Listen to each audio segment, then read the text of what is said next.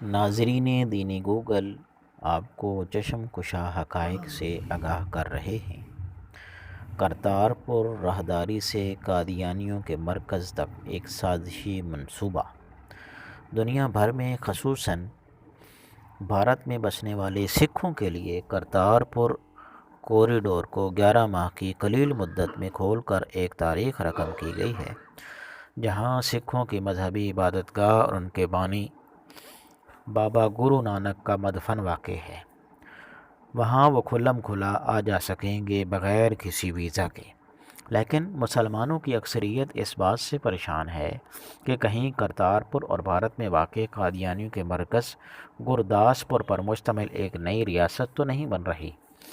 حکومت پاکستان نے کرتارپور راہداری کھول کر بھارت کو تو امن کا پیغام دے دیا ہے، لیکن سازشی نظریہ کے مطابق اگلے مرحلہ میں استعماری قوتیں بھارت کی آشیرواد سے سکھ قادیانی گٹھ جوڑ کر کے پاکستان کی سرحد پر ایک منی اسرائیل ریاست قائم کرنے کی کوشش کریں گے،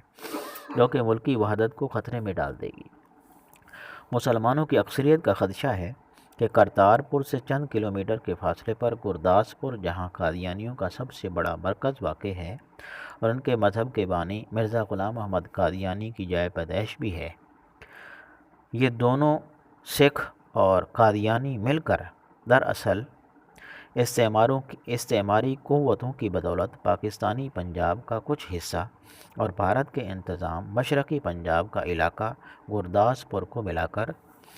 ایک سکھ قادیانی ریاست قائم کرنے کا منصوبہ بنا رہے ہیں، جہاں صدر قادیانی ہوگا تو وزیر اعظم سکھ، اور اگر صدر سکھ ہوگا تو وزیر اعظم قادیانی۔ ان خدشات کو اس بات سے بھی تقویت مل رہی ہے کہ آج کل کرتارپور کے ارد گرد کے علاقے کی زمینیں قادیانی بڑے مہنگے داموں خرید رہے ہیں۔ سچ تو یہ ہے کہ اس سے پاکستان کی مشکلات مزید بڑھیں گی، اور آج کی صورتحال بھی اسی طرح دکھائی دے رہی ہے۔ کہیں ایسا نہ ہو کہ پاکستان کو مشرقی پاکستان کی طرح ایک اور ریاست کا منہ نہ دیکھنا پڑ جائے۔